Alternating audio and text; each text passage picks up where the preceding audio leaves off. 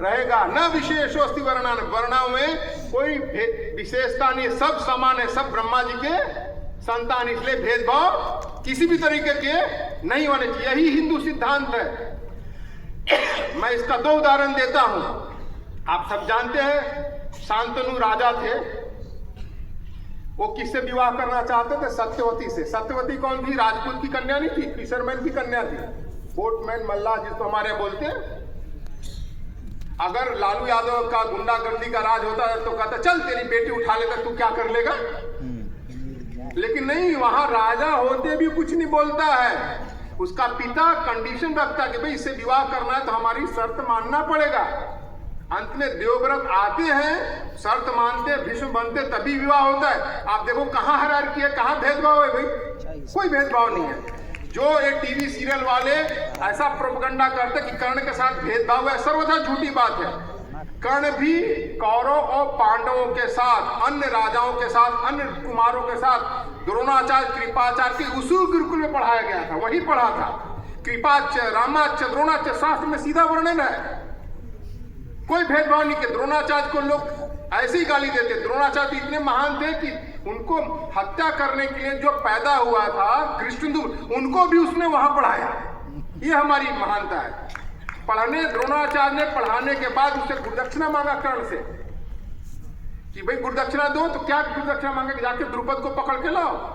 कर्ण गया पांडवों के, कौरवों के साथ द्रुपद को पकड़ने, द्रुपद ने मार के भगा दिया और बाद में अर्जुन जाके पकड़ के लाता है। महाभारत में कर्ण का कैरेक्टर विलेन का है, लेकिन एक रामधारी सिंह दिनकर हुए, अंग के बिहार के थे, उन्होंने काव्य लिख दिया रश्मिरथी, इतना हीरो बना दिया। कोई महाभारत नहीं पढ़ता, उसी कारण से वो हीरो बन गया। कर्ण महाभारत में हीरो नहीं है। इसलिए हमारे शास्त्र में पूर्वजों ने कभी किसी के साथ भेदभाव की बात नहीं की। एकलव्य की लोग बात करते हैं। हाँ। एकलव्य के बारे में भगवान कृष्ण ने कहा है, एकलव्य को तो मैंने युद्ध में मारा है, क्योंकि जरासंध की तरफ से वो अटैक किया था भगवान कृष्ण पर, वहां पर मारा गया है एकलव्य। अब क्यों शिक्षा नहीं दिया? नेशनल डिफेंस एकेडमी है पुणे में, इंडियन मिलिट्री एकेडमी है।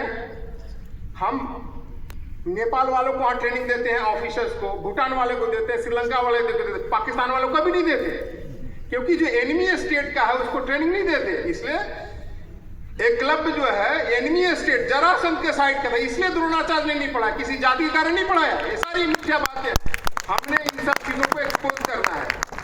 7वां चीज है